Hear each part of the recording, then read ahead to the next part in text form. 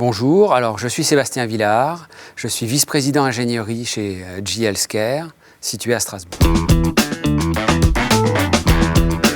L'histoire de Cerfidos, start-up à Strasbourg, intégrée à un grand groupe, s'est écrit à travers les 9 dernières années. Petite start-up créée au sein de l'hôpital de Strasbourg, délocalisée à Mutzig, achetée par General Electric, relocalisée au cœur de Strasbourg, nous donnant accès à un panel de talents allant de Metz à Sélestat.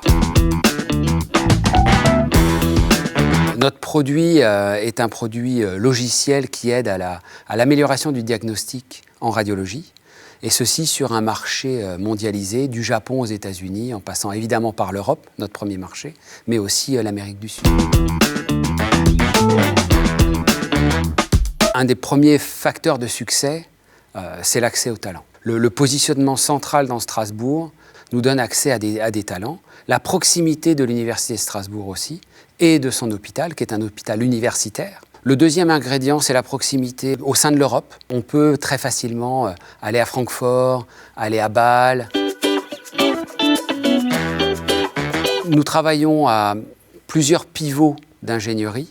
Comment réutiliser notre socle technologique à des fins différentes que la performance de diagnostic. Par exemple, comment optimiser l'utilisation des machines pour permettre plus d'équité d'accès aux soins. C'est très vrai sur les IRM, par exemple, là où les examens peuvent être assez longs.